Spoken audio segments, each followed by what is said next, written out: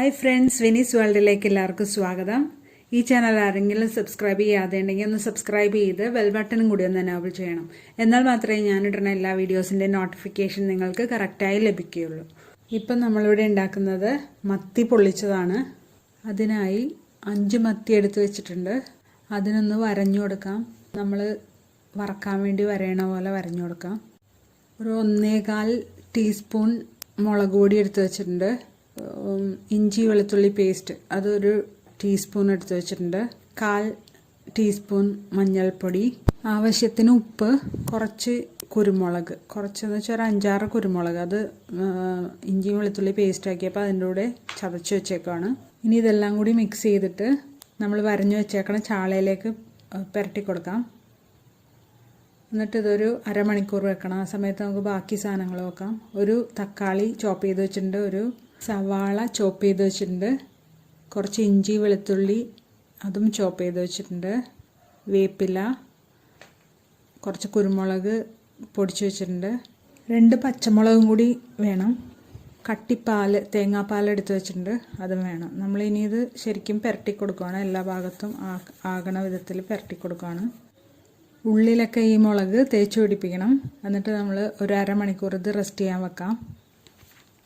ഇപ്പോൾ അരമണിക്കൂറായിട്ടുണ്ട്. നമ്മൾ ഇനി ഒരു പാത്രം അടുപ്പിൽ വെച്ചിട്ട് ഒരു ഫ്രൈ പാനിൽ കുറച്ച് എണ്ണ ഒഴിച്ചിട്ട് ഒരു 2 ടേബിൾ സ്പൂൺ എണ്ണ ഒഴിച്ചാൽ മതി. എന്നിട്ട് നമ്മൾ ഈ മീനിനെ വെച്ച് കൊടുക്കുകയാണ്, ഓരോന്നായിട്ട് വെച്ച് കൊടുക്കുകയാണ്.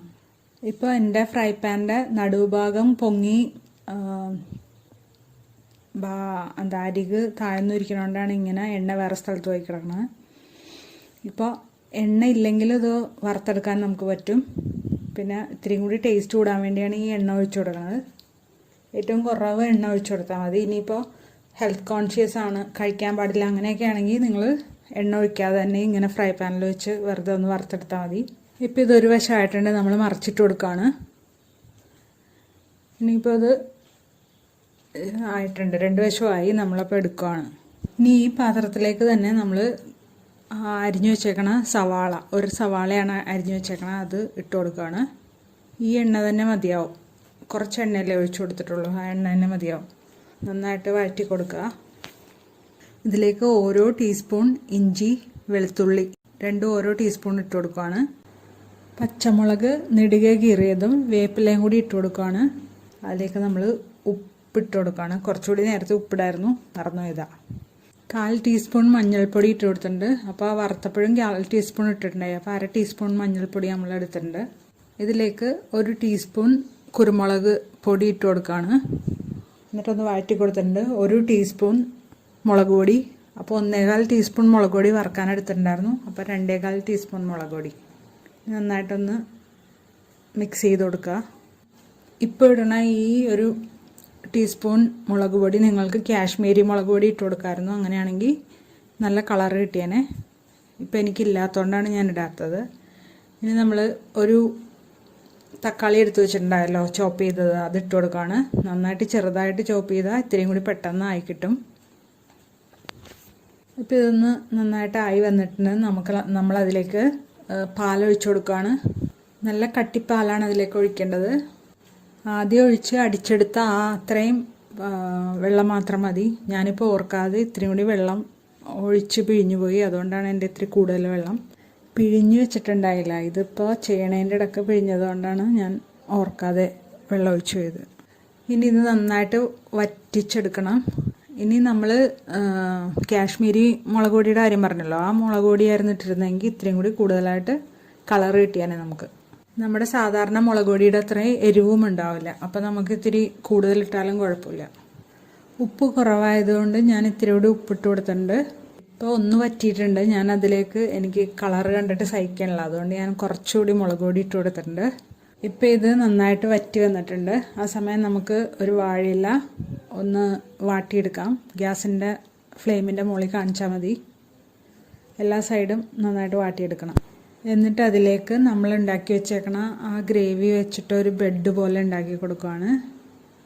അതായത് കുറച്ച് നന്നായിട്ട് ഇട്ട് കൊടുക്കുക, എന്നിട്ടൊന്ന് തേച്ച് കൊടുക്കുക. ആ ഇലയിലേക്കൊന്ന് തേച്ച് കൊടുക്കുക.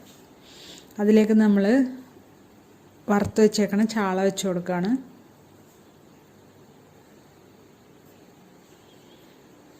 ഇത് ഞാൻ 5 എണ്ണം എടുത്തുകൊണ്ട് ഒരു ഇലയിൽ ഞാൻ 3 എണ്ണമാണ് വെക്കണത്, മറ്റേതിൽ 2 എണ്ണം.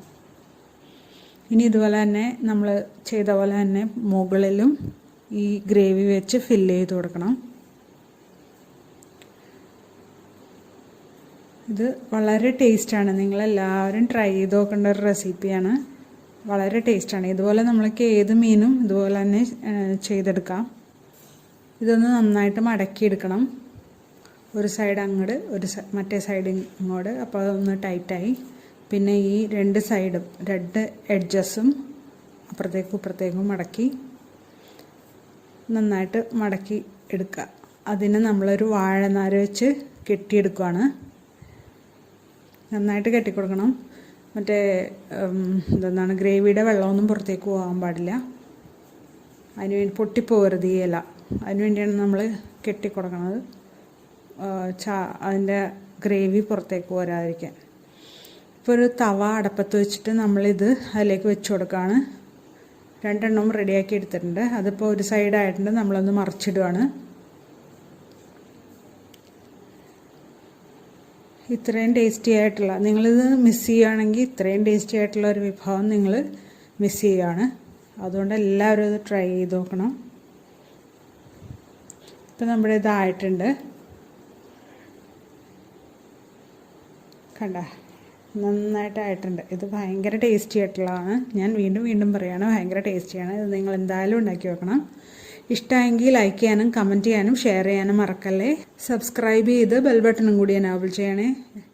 Thanks for watching.